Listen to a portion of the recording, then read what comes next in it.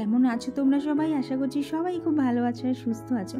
আর আমরাও না খুব ভালো আছি। আর আজকে হচ্ছে শনিবার, আর এখন ঘড়ির কাঁটায় বাজে হচ্ছে ওই সকালে 6:30 মতো। তাহলে চলো এখন থেকেই তোমাদেরকে সাথে নিয়ে একটা নতুন ব্লগ শুরু করে দিলাম। আশা করছি আজকের ভিডিওটা তোমাদের খুব ভালো লাগবে।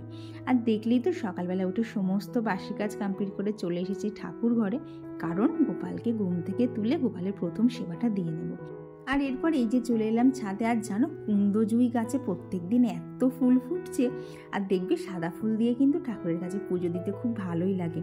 আর স্পেশালি এই ফুলটা কেন বলো তো ভালো লাগছে, ফুলটাতে হচ্ছে 8টা পাপড়ি, যার ফলে তো ফুলটা না বেশ সুন্দর গোল হয়ে বসছে তো, আর ঠাকুরের চরণে দিলে কিন্তু বেশ ভালো লাগছে। তো তারপর চলে এলাম উপরে। আর এই যে আগের দিন যে জামা কাপড়গুলো ইস্ত্রি হওয়ার জন্য দিয়েছিলাম না বিছানার নিচে, দেখো সমস্ত কিন্তু হয়ে গেছে। আর কি সুন্দর দেখেছো ভাঁজ হয়েছে। তো এই জামা কাপড়গুলো জিনিস জায়গায় রাখবো, তো তার আগে এটিকে একটুখানি গুছিয়ে নিলাম। তো এই যে জায়গার জিনিসগুলো জায়গায় রেখে দিচ্ছি, না হলে দেখবো এত সুন্দর করে ফাঁকিবাজি মেরে আয়রন করলাম, দেখবো পুরোটাই আমার জলে চলে গেল। আর আরও ওগুলো তুলে দিলাম কেন বলো তো, পরে আর তোলা হয় না। এই যে বিছানাটা টান টান করে রাখলাম না, পরে তুলতে গেলে কিন্তু বিছানাটাও এলোমেলো হয়ে যায়, আর ওই এলোমেলো ঘর আমার একদম পছন্দ হয় না।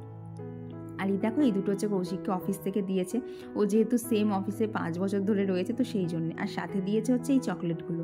তো এই চকলেটগুলো তো নামটা এখন আমার ঠিক খেয়াল হচ্ছে না। তো এই চকলেটগুলো তো অনেক দিন ধরেই খাওয়ার ইচ্ছা ছিল, কিন্তু সত্যি কথা বলতে কি বলো তো, আমরা তো মিডল ক্লাস ফ্যামিলিতে বিলং করি, তো সেখানে দাঁড়িয়ে একটা 550 টাকা দিয়ে চকলেট খাওয়া কিন্তু সবসময় পসিবল হয়ও না। তো সেই জন্য দেখলাম যতক্ষণ বিড়ালের ভাগ্যে শিখে ছেড়েছে, তাই ভেবেছি একটু আস্তে আস্তে অল্প অল্প করে বেশি দিন ধরে রেখে রেখে খাবো। আর সত্যি কথা বলতে এইসব কথাবার্তা তোমাদের সাথে শেয়ার করতে কিন্তু আমার এতটুকু লজ্জা বা দ্বিধাবোধ হয় না, কারণ যেটা আমি সেটাই কিন্তু আমি তোমাদের সামনে তুলে ধরি। কোনো এক্সট্রা কিছু করতে আমি পছন্দ করি না, কারণ সেটাকে আমি কন্টিনিউ করতেও পারবো না।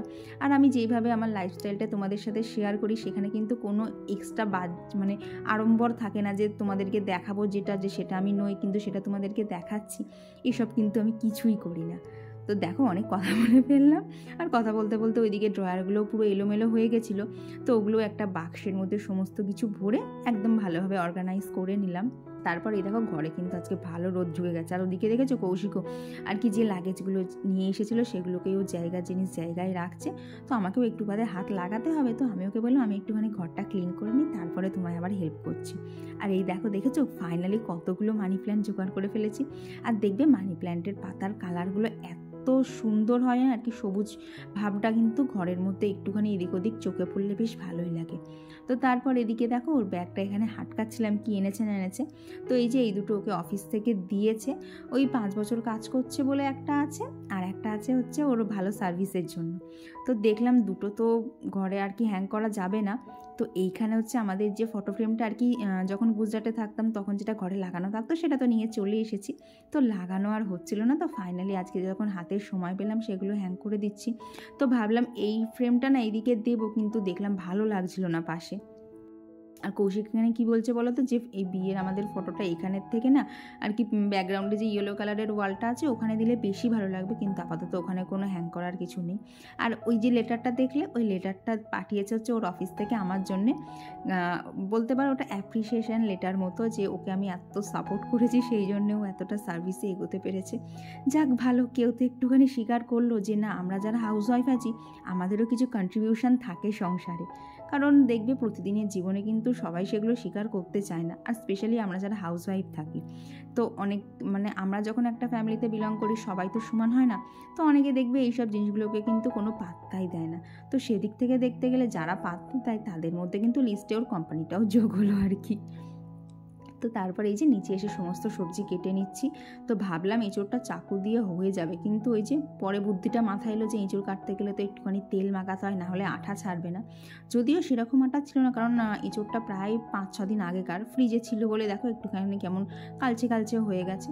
তো আজকে যেহেতু শনিবার আর নিরামিষ কী করবো ভাবছিলাম, কারণ কি বলো তো, ফুলকপি আর বাঁধাকপি এই দুটো এখন দেখলেই মাথা গরম লাগছে, এত পরিমাণ খাওয়া হয়ে গেছে। আর ওখানে থাকতে তো ফুলকপি বাঁধাকপিটাই বেশি খাওয়া হতো। তো বাড়ি আসার পর থেকে তো এইগুলোর দিকে আর তাকাতেই ইচ্ছা করছে না।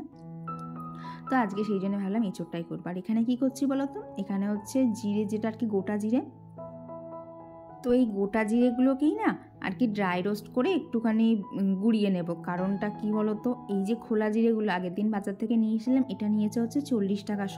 আর যেখানে জিরে গুঁড়োর দাম বললো হয় আমাকে বললো 90 টাকা না 100 টাকা শ। তো ভাবো কতটা বেশি।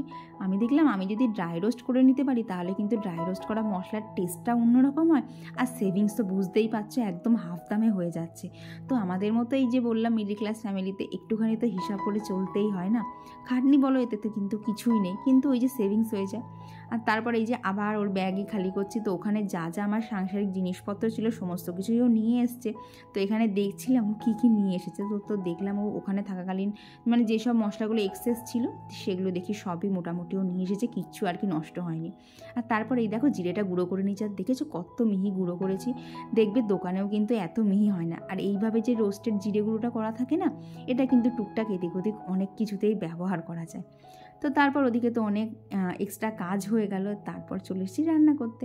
তো আজকে যেহেতু শনিবার সমস্তটা নিরামিষই হবে, তাই এইখানে যে সেই তোমাদের সাথে আগের ব্লগে শেয়ার করেছিলাম না 5 মিশালি সবজির রেসিপিটা, তো সেটা তো বাপিকে খাওয়ানো হয়েছিল আর কি, বাপিকেই মানে বাবি বেরিয়ে গেছিলো, তো কৌশিককে তো এখনও করে খাওয়ানো হয়নি। তো ভাবলাম আজকে ওকে এটা করে খাওয়াই, আর ওরও কিন্তু বেশ ভালোই লেগেছে।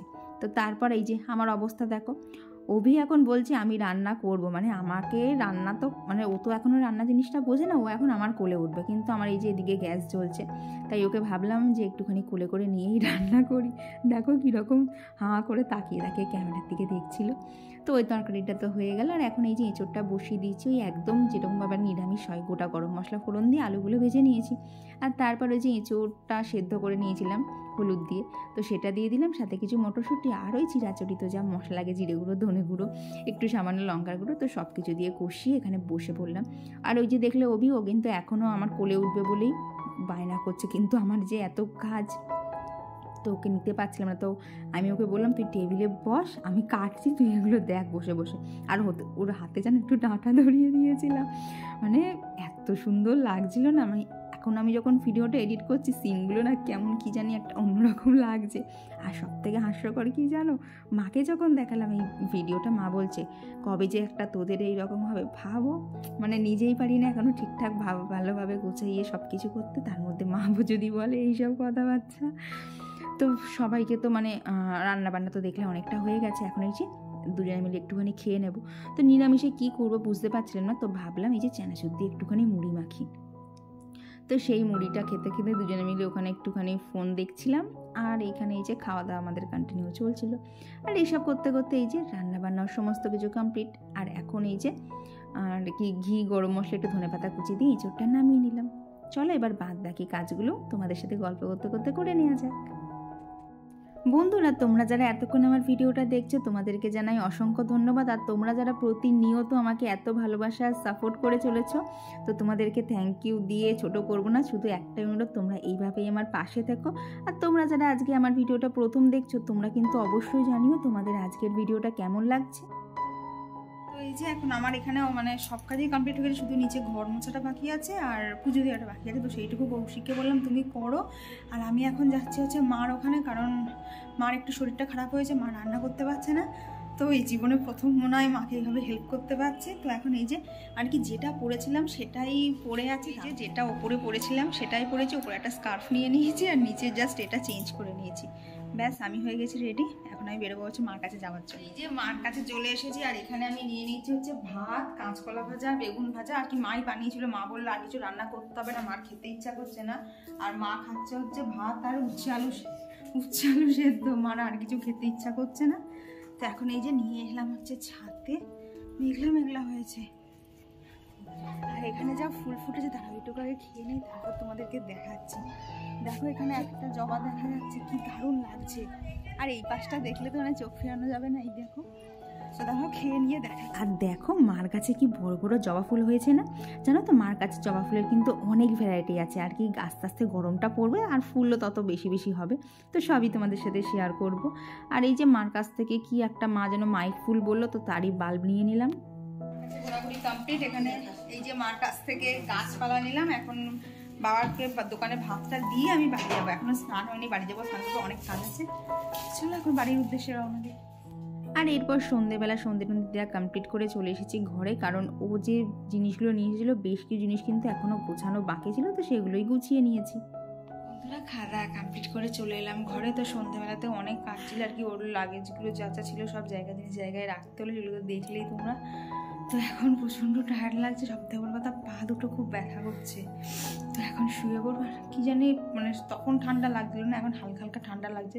তো যেহেতু হাত কাটা নাইটিটা পরা আছে, একটু ঠান্ডা ঠান্ডাও লাগছে। তো চলো আজকে ভিডিওটা এখানেই রাখছি। ভিডিওটা যদি কিছু ভালো লেগে থাকে অবশ্যই একটা লাইক করে দিও, আর কেমন লাগলো কমেন্ট বক্সে জানিয়ে দিও। চলো আজকের জন্য গুড নাইট, টাটা। দেখা হচ্ছে খুব শিগগিরই আবার পরবর্তী ব্লগে।